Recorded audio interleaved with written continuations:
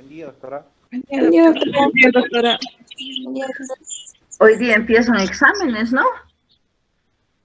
Sí, doctora. Sí, doctora. ¿Y a qué hora tienen?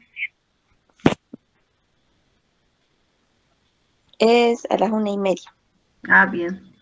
Tienen harto tiempo entonces. Vamos a continuar con nuestros temas y hoy día vamos a hablar de la patología vulvar. Ustedes saben, la vulva es el órgano externo del aparato genital, del aparato genital femenino. Bien, no he puesto compartir. Está expuesto a diferentes patologías, pero que a veces pasan desapercibido porque no le prestamos la atención respectiva cuando realizamos sobre todo la inspección. ¿Se ve pantalla? Sí, doctora. Ya. La patología vulvar en parte ya fue descrita en diferentes capítulos que hemos hablado. Entonces ahora nos vamos a dedicar netamente a la parte más importante. Un recuerdo anatómico: la vulva abarca desde el monte de Venus, ustedes saben, hasta el esfínter anal y hacia los lados, hacia los surcos genitocrurales. Entonces, en la vulva nosotros vamos a encontrar labios mayores, labios menores, a la uretra, al clítoris. Vamos a encontrar las diferentes glándulas de Skene, las de Bartolino, etc. La patología vulvar, para su diagnóstico, tiene un enfoque multidisciplinario, es decir, que van a intervenir tanto dermatólogos, medicina genitourinaria, los ginecólogos y principalmente los patólogos. Para hacer un diagnóstico correcto de la patología vulvar, debemos realizar una anamnesis bien detallada, la inspección de todos estos órganos, la palpación y su identificación. En el diagnóstico intervienen diferentes pruebas complementarias, como es la imbricación con ácido acético al 5% para su visión directa mediante el colposcopio. Mediante el colposcopio nosotros vamos a determinar nos va a permitir el diagnóstico entonces de diferentes patologías vulvares. Vamos a tomar también de toda patología vulvar una citología, es decir, un Papa Nicolau. Vamos a raspar la lesión y vamos a pasar a un portaobjeto, vamos a fijar y vamos a mandar a anatomía patológica para que vean si existen células atípicas. Y lo fundamental, en toda lesión que aparece en la vulva, nosotros debemos realizar siempre la biopsia vulvar. Las patologías que aparecen en la vulva tienen característica de volverse malignas, entonces es importante. ¿Y en qué casos vamos a realizar estos estudios? Sobre todo en zonas de hiperplasia, donde nosotros también vamos a ver mediante la colposcopía vasos atípicos. Normalmente los vasos atípicos son serpenteados, irregulares, entonces vamos a tomar las biopsias respectivas de esas lesiones, de lesiones pigmentadas, ya pueden ser hiperpigmentadas o hipopigmentadas, lesiones donde existen bordes mal definidos, lesiones que ya tienen un diámetro superior a 6 milímetros, etc. Les digo que la patología vulvar siempre es necesario biopsiarla. ¿Qué anomalías congénitas vamos a encontrar en la vulva? Ya hemos hablado del himen imperforado. Ahora vamos a hablar de la hipertrofia del clítoris. Normalmente, ustedes saben, el clítoris tiene una dimensión de 2 centímetros. Entonces, la hipertrofia se debe a un aumento de debido a un déficit congénito de la enzima 17 y 21 hidroxilasa en la glándula suprarrenal, lo que va a desencadenar alteraciones en la síntesis del cortisol, y esto hace que aumente la ACTH y produce que se eleven sobre todo los andrógenos, en este caso la testosterona.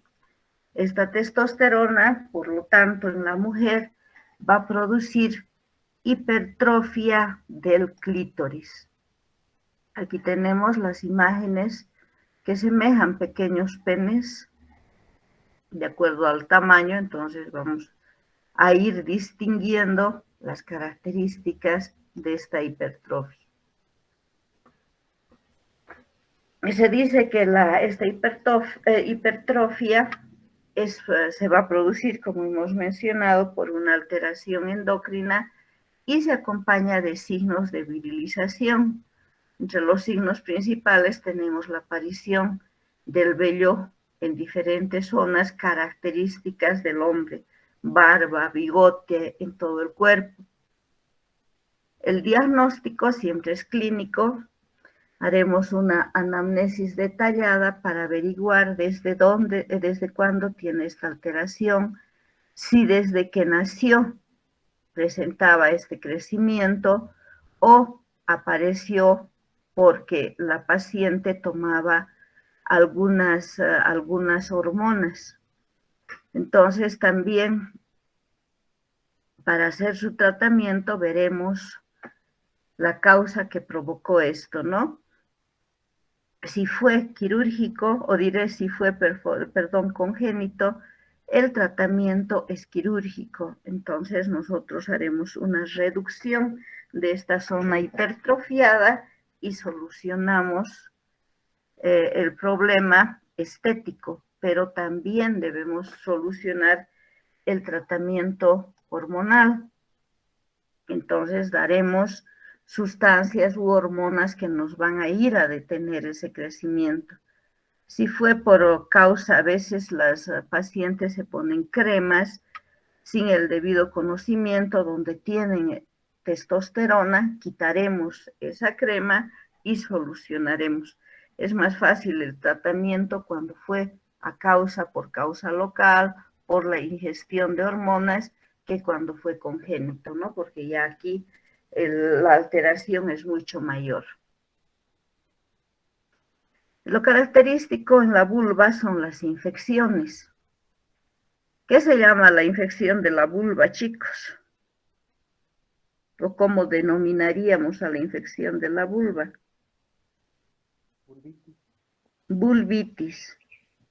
Entonces, la vulvitis, que puede acompañarse también de una infección de la vagina, y la conocemos como vulvovaginitis. Entonces, todas las infecciones producidas por gérmenes, ya sea la tricomona, la cándida, etcétera, nos van a dar lesiones simultáneas tanto a nivel de la vulva como la vagina. Pero específicamente a nivel de la vulva nosotros tenemos diferentes tipos de infecciones. La foliculitis, que es bastante frecuente, es una infección del folículo piloso por gérmenes que existen en la piel. Generalmente esta foliculitis se va a dar por el estreptococo, el estafilococo. ¿Y cómo se produce esta contaminación? Generalmente por el rascado que realiza la mujer, donde no ha tenido cuidado y las uñas a veces están sucias. Entonces ya tiene un asiento de entrada y el germen invade los folículos pilosos. Identificamos como pequeñas pápulas eritematosas que tienen pústula puntiforme y son atravesadas por el pelo. Cuando se llenan de grasa, entonces se forma lo que comúnmente conocemos con el nombre de forúnculo. Este forúnculo entonces va a ser bastante doloroso, eritematoso, y tiene una pústula central que en su centro va a tener material purulento y necrótico.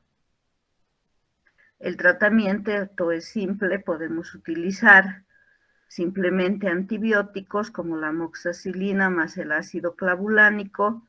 Podemos utilizar derivados de la tetraciclina como son la doxaciclina, que nos va bastante bien en esta patología.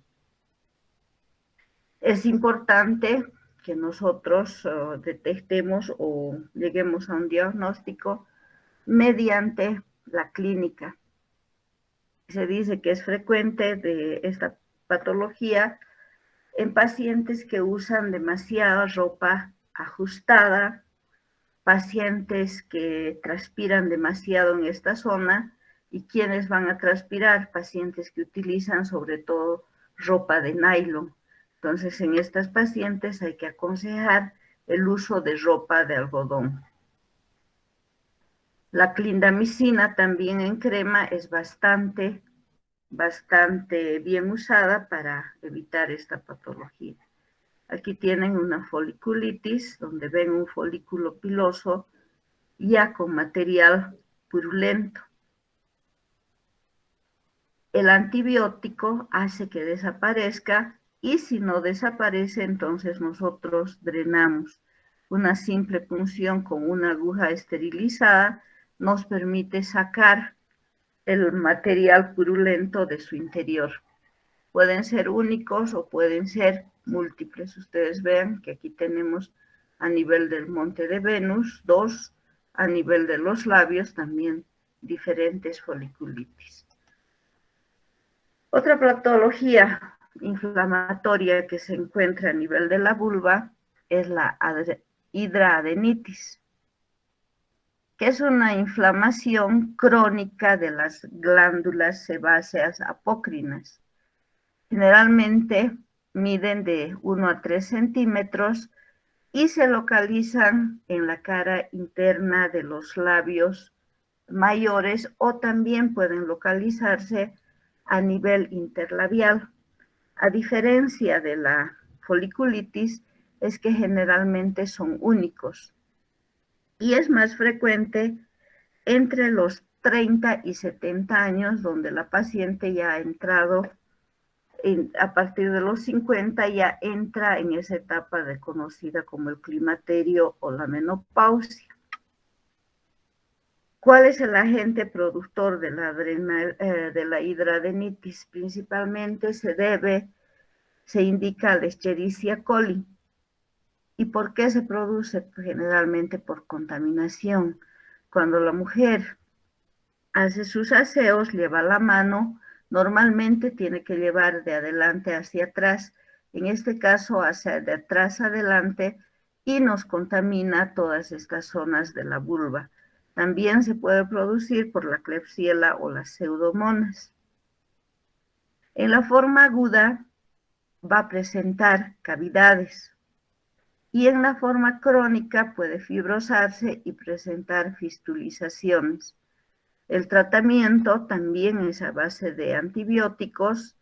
Es importante que nosotros realicemos un cultivo y un antibiograma de esta lesión para hacer directamente su tratamiento.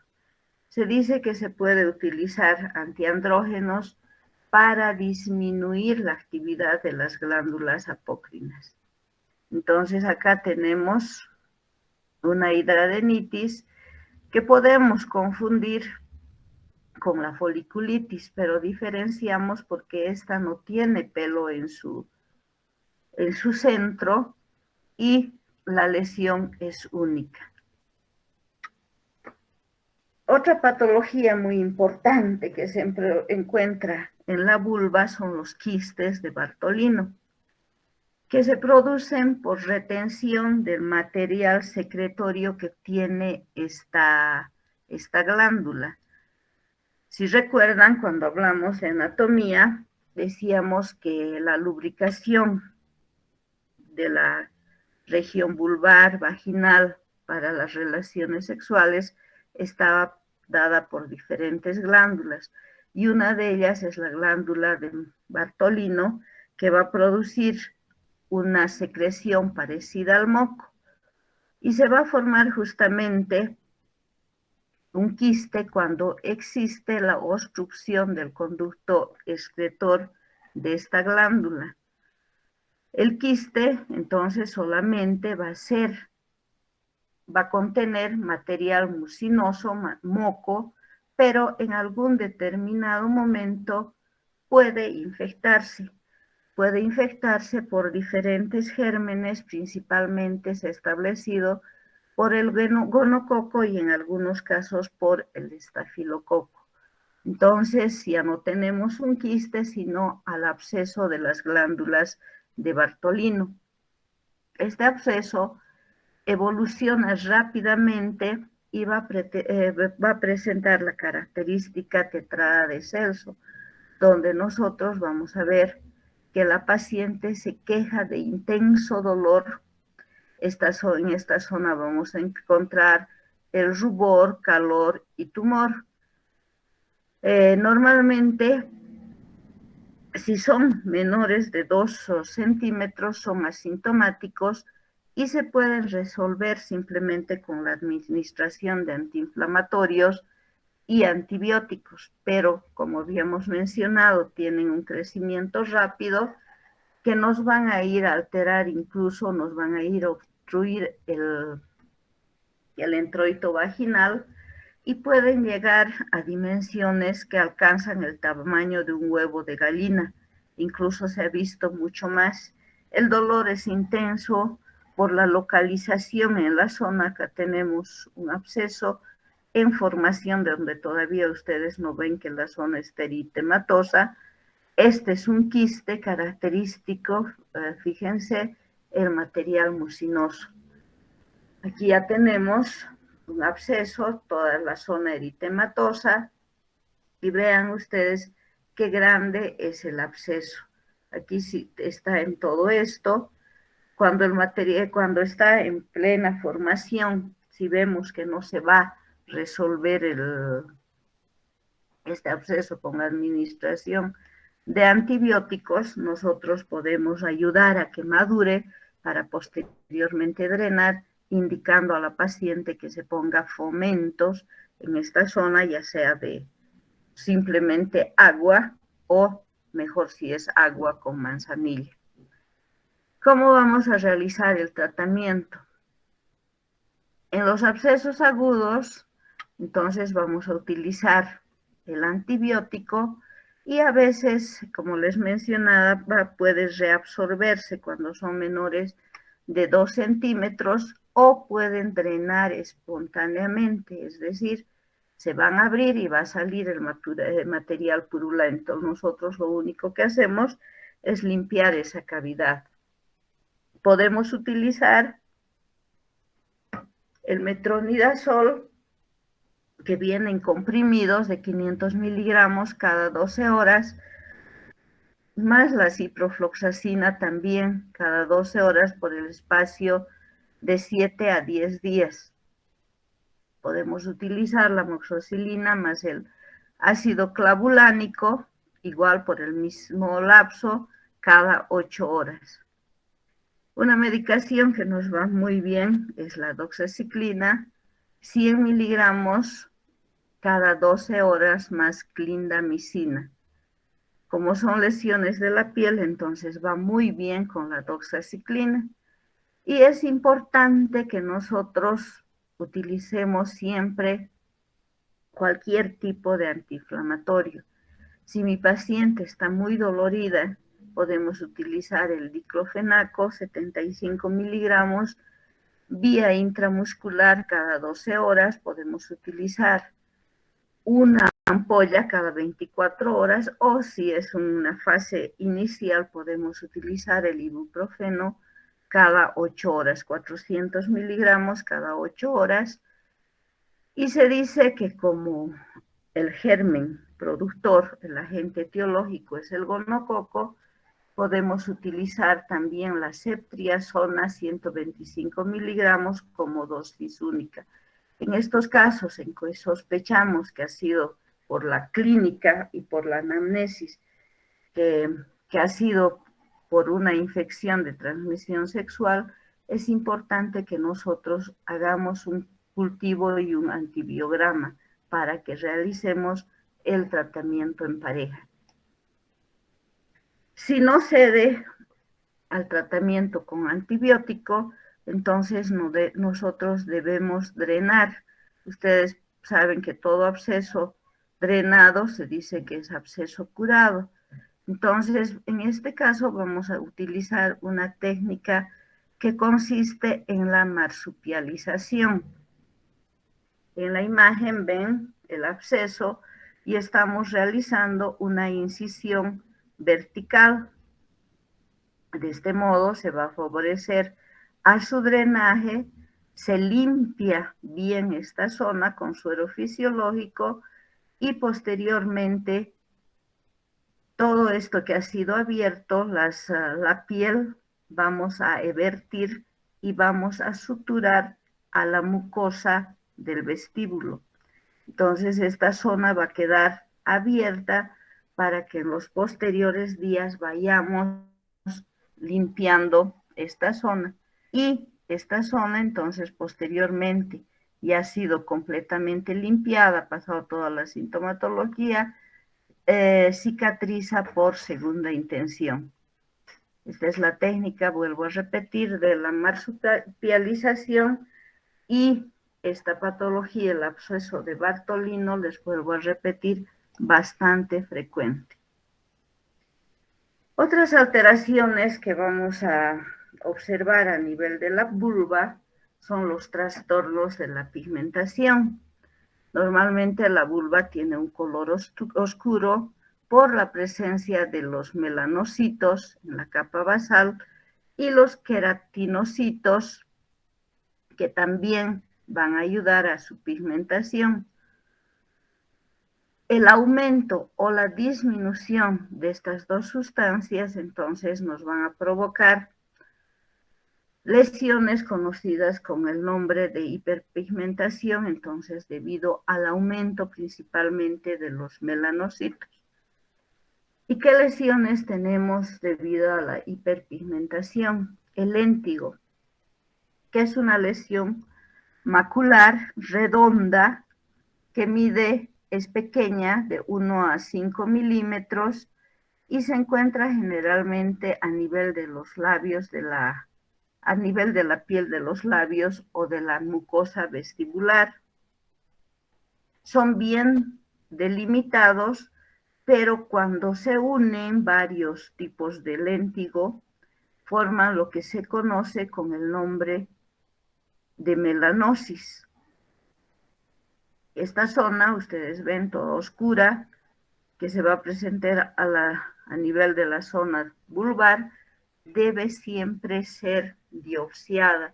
Nosotros cuando veamos esta zona debemos tomar con una pinza sacabocados una pequeña zona para su biopsia respectiva, ya que se la confunde también con otra patología que es el melanoma. El melanoma es un tumor maligno de crecimiento rápido que existe a este nivel y estas zonas de hiperpigmentación siempre deben ser diagnosticadas con el melanoma. El nevus es un lunar que también va a aparecer en esta zona y también debe hacerse su diagnóstico diferencial con el melanoma, un lunar maligno, ¿no? Generalmente se caracteriza porque tiene bordes bien limitados, es redondo, este es un melanoma y este es un nevus. Entonces veamos la diferencia entre ambos, pero siempre debemos hacer la toma de biopsia. Se dice que el nevus a nivel de la zona vulvar se debe por la presencia de nidos de células justamente névicas y que tienen aumento de la melanina en esta zona, por lo que da esa característica típica. Entre los trastornos de hipopigmentación tenemos, aquí ya tenemos la deficiencia de los melanocitos y de los queratinocitos. Entonces, por la deficiencia vamos a tener zonas despigmentadas. Y vamos a observar muy frecuentemente que a veces ni la paciente se ha dado cuenta el vitíligo. Entonces, ustedes ven acá una zona despigmentada en un área que normalmente tiene una coloración bastante oscura. Esta patología es asintomática, por eso que pasa desapercibida con las pacientes y es de hallazgo a veces solamente clínico cuando nosotros realizamos el examen ginecológico. Al igual que en una hiperpigmentación, es importante que nosotros realicemos la biopsia respectiva, sobre todo para diagnosticar de algunas lesiones como es el líquen escleroso, que vamos a ver más adelante, que tiene alto poder de malignización. Entonces, su biopsia nos permitirá simplemente para hacer un diagnóstico diferencial y evitar que se malignice si sería otra patología.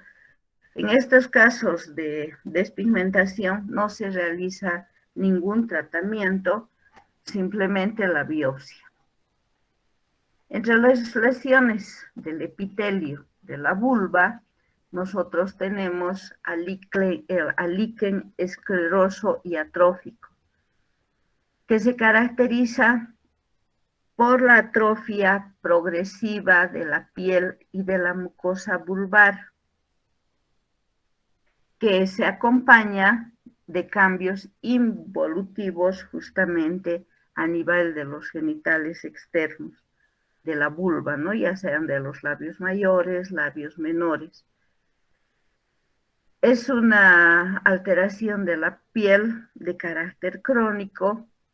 Generalmente se dice que se va a presentar en mujeres de raza blanca y en pacientes que ya se aproximan a la menopausia o que ya han pasado la menopausia. Entonces, en pacientes perimenopáusicas o posmenopáusicas. La sintomatología que acompaña a este líquen es sobre todo el prurito. Las pacientes, sobre todo las menopáusicas, sienten una sensación de escozor en esta zona y van a realizar el rascado respectivo y van a lesionar toda esta zona. Podemos ver que puede ser sangrante, bastante sangrante, justamente por esta acción que están tomando. También sienten una sensación de ardor, de quemazón y sobre todo dolor en las relaciones sexuales.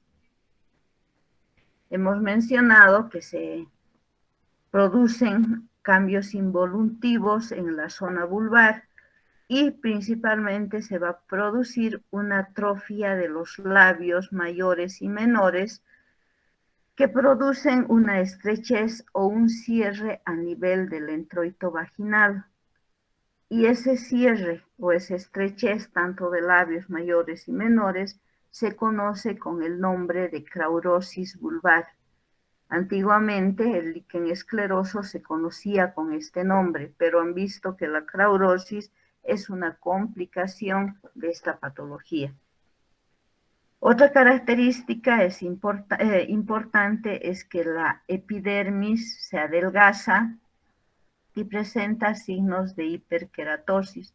Nosotros vamos a ver esta zona con una piel de naranja. La dermis se engruesa y, como les decía, puede también esta zona sangrar, sobre todo cuando la paciente se rasca intensamente, ¿no? En el examen físico, ¿cómo vamos a diagnosticar esta patología? Vamos a encontrar zonas, el epitelio adelgazado y la piel tiene un aspecto apergaminado que se conoce como el papel en cigarrillo. Las zonas van a irse despigmentando vamos a ver alrededor de la vulva lesiones blanquecinas que van a ser más identificadas mediante la colposcopía.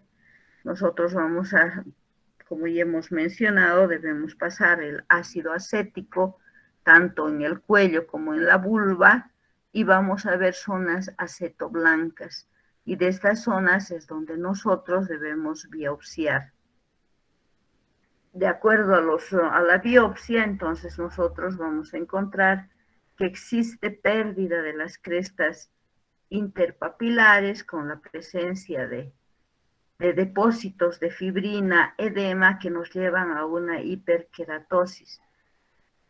Ustedes ven, tiene un alto potencial de malignidad, por eso su diagnóstico diferencial siempre con otras patologías y su biopsia respectiva. Aquí ven la piel acartonada, las zonas despigmentadas, la hiperkeratosis y están viendo que el introito vaginal se está cerrando, lo que se conoce, vuelvo a repetir, con el nombre de craurosis vulvar. El tratamiento primero se debe realizar siempre las medidas generales, donde nosotros debemos indicar que debe dejar de utilizar jabones, sobre todo los que tienen su color y olor respectivo. Si la paciente quiere siempre utilizar jabón, debe utilizar un jabón neutro. El jabón neutro es el jabón de lavar ropa que puede utilizar o buscar en farmacia un jabón de glicerina. Debe evitar, como son pacientes que están en la menopausia y estas pacientes tienen pérdida constante de orina, el contacto de la piel vulvar justamente con la orina, por lo tanto, siempre se tendrá que poner un pañito para que no contamine toda esta zona. El tratamiento consiste en la utilización de corticoides. Los corticoides van a regenerar ese epitelio dañado y se ha visto que el clobetasol es bastante útil y debemos utilizar 2 veces por día durante 4 semanas. Posteriormente vamos disminuyendo y solamente utiliza 1 vez cada noche igual durante 4 semanas. Ya van 2 meses de tratamiento. Y un tercer mes que va a utilizar la crema 2 veces por semana, igual por 4 semanas. Como ven, el tratamiento es bastante largo, 3 meses consecutivos, que a veces no da resultado y tenemos que continuar con el mismo tratamiento. Se ha visto que las pomadas de testosterona al 2% y los progestágenos en crema también dan muy buenos resultados cuando el clobetasol no tiene ninguna acción. Se hace tratamiento sobre todo con rayos UVA como tratamiento de segunda línea, entonces la fototerapia es bastante significativa en estas patologías. Y si a pesar tanto de la fototerapia, del uso de medicamentos, no da resultado, el tratamiento quirúrgico es nuestra otra opción por la posible degeneración de este líquen en un carcinoma escamoso. Hemos dicho que tiene gran probabilidad de malignizarse y en este caso se hace la vulvectomía respectiva, sacar las lesiones, por decir si está a nivel de los labios, toda esa zona con parte del tejido sano. Se hace vulvectomías parciales o vulvectomías totales. Otra patología muy importante que ya la hemos visto así de pasadita son los condilomas acuminados, conocidos también como las verrugas genitales. Esta patología se produce por contagio en las relaciones sexuales y es producida por el virus del papiloma humano. Nosotros hemos mencionado la presencia del uterino, que tenemos virus de bajo riesgo oncogénico. Y estos son los que van a provocar el papiloma. Es producido por los tipos 6 y 11 y se caracteriza por una hiperplasia del epitelio papiloso de esta zona. Su crecimiento es papilomatoso, es decir, va a tener la forma de verrugas tipo color. Al inicio pueden aparecer, ustedes ven en los surcos genitales, estas lesiones o posteriormente pueden ser invadir toda la vulva, vagina, incluso ano. Esta patología siempre es importante biopsiarla porque puede progresar a una neoplasia intraepitelial de la vulva. La característica o cómo vamos a diagnosticar es por la clínica donde nosotros vamos a ver la presencia de la lesión y la paciente viene y nos dice tengo verrugas a nivel de labios, ¿no? Y la clínica se acompaña aparte de la presencia de las verrugas por bastante flujo vaginal fétido y el flujo respectivo. Entonces, para nuestra clínica o en nuestra clínica vamos a encontrar la presencia de la lesión, el flujo vaginal y el fluido guabar también nos sirve para realizar el diagnóstico respectivo. Una lesión inicial puede aparecer con pocas verruguitas que comúnmente hemos mencionado o ya volverse esta lesión gigante que nos va a ir a tapar todo el introito vaginal, la paciente va a tener dificultad al deambular y no va a poder tener relaciones sexuales.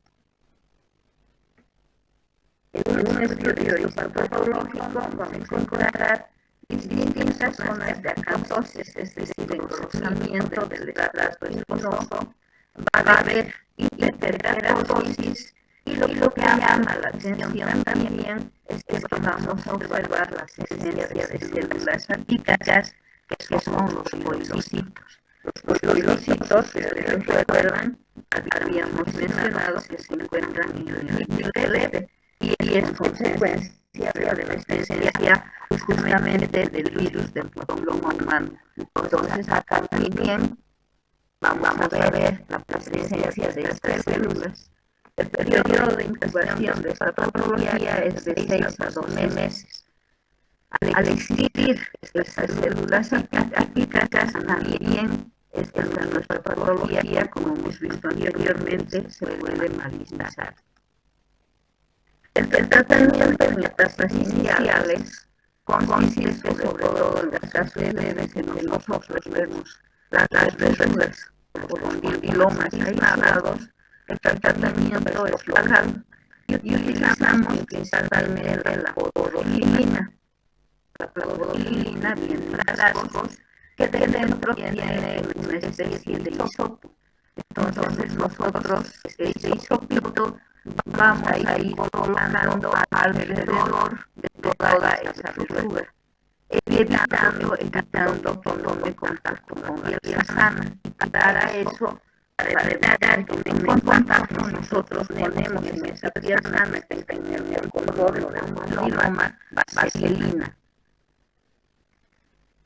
Hemos pasado toda esa zona con la podolilina y la paciente tiene que mantenerse con esa sustancia por el espacio de 4 a 5 horas.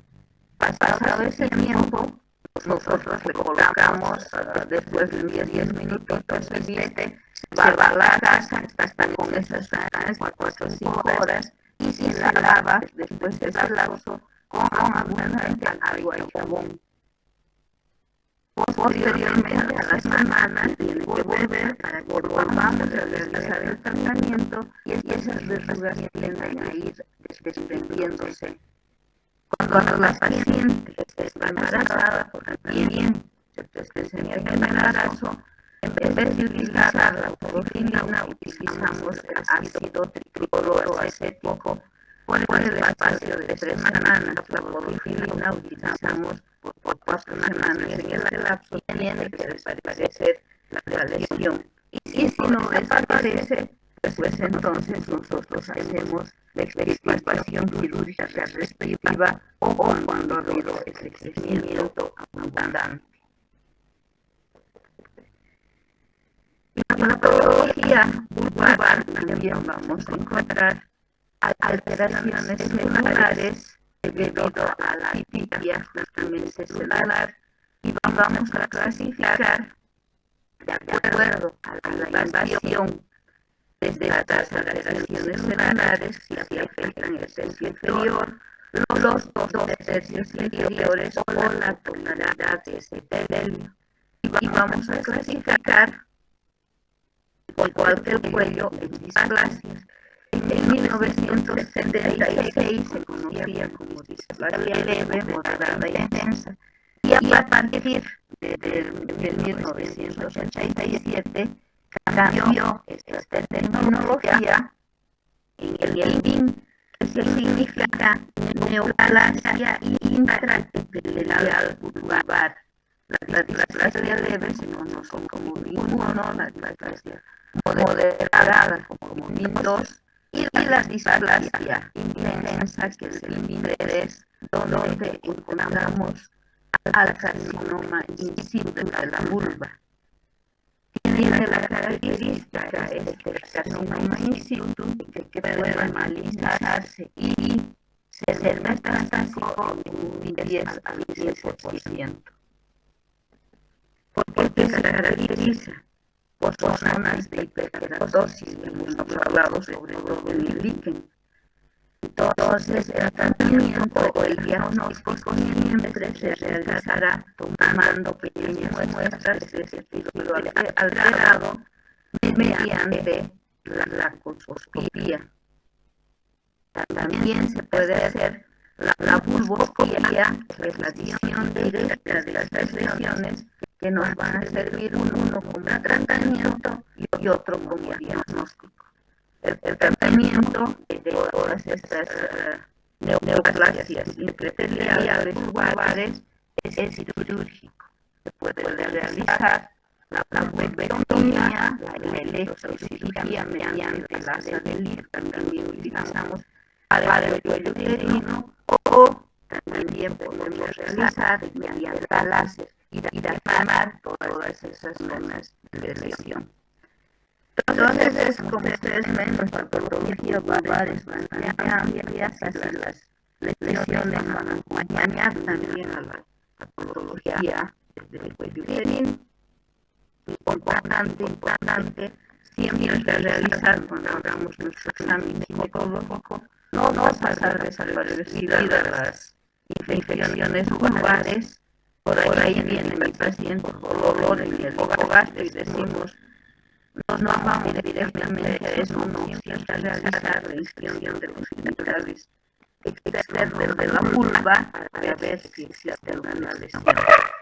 Si nosotros dejamos de realizar este examen, podemos dejar desapercibido porque desde estas lesiones hacemos daño a nuestras pacientes, ¿no? ¿Alguna pregunta que tengan? Bueno, pues que vayan a estudiar, que vayan bien en su primer examen. Nos vemos el miércoles. Creo que nos faltan 1 o 2 temas máximo para terminar el programa. Listo, chicos, que vaya bien. Hola, doctora. Hasta luego.